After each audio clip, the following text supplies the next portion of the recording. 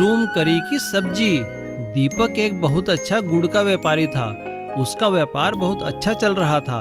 दीपक की पत्नी सुषमा बहुत स्वादिष्ट खाना बनाती थी।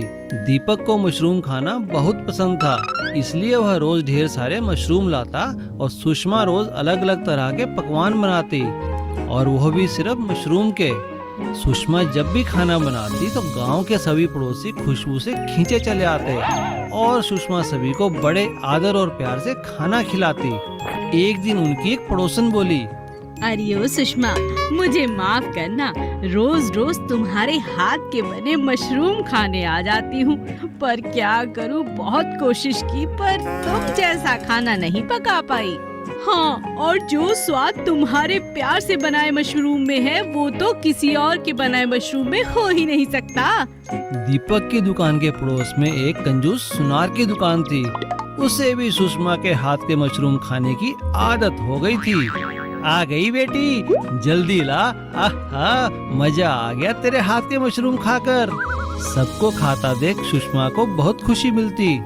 एक दिन दीपक ने सुषमा से कहा, मैं शहर जा रहा हूँ, आने में देरी होगी, अपना ख्याल रखना और आराम कर लेना, कोई जरूरत नहीं है किसी और के लिए खाना बनाने की। सुषमा उदास हो जाती है।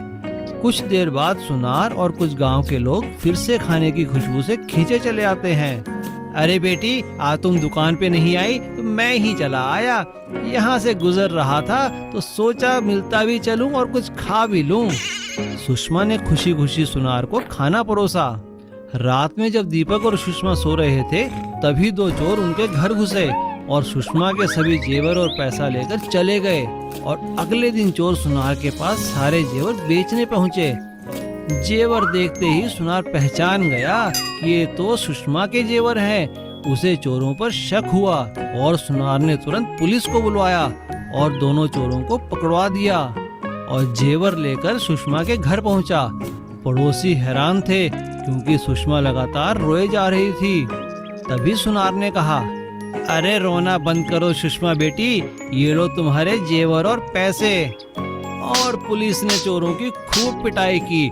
दीपक को भी अपनी गलती का एहसास हो गया था।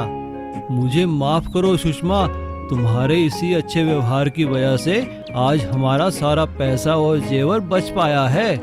इसीलिए तो कहती हूँ जी, खाना खिलाना तो पुण्य का काम होता है। तुम ठीक कहती हो सुषमा, खाना खिलाना वाकई ही पुण्य का काम होता है। कर भला तो हो भला।